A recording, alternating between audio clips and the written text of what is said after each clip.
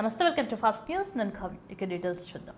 Nizamabad rural Congress MLA Bhupathi రెడ్డికి నిరసన సెగ తగిలింది. డబుల్ బెడ్రూమ్ ఇండ్ల జాబితా ఎంపికలో అవినీతి జరిగిందని, అర్హులైన పేదవారిని జాబితా నుండి తీసేశారని ఎమ్మెల్యేపై ప్రజలు తిరగబట్టారు.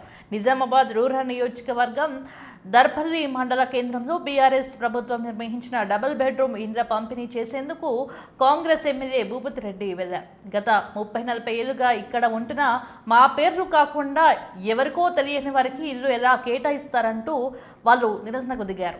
డబుల్ బెడ్రూమ్ ఇండ్ల కేటాయింపులో కాంగ్రెస్ నాయకులు అవినీతికి పాల్పడ్డారని స్థానికుల ఆరోపణలు.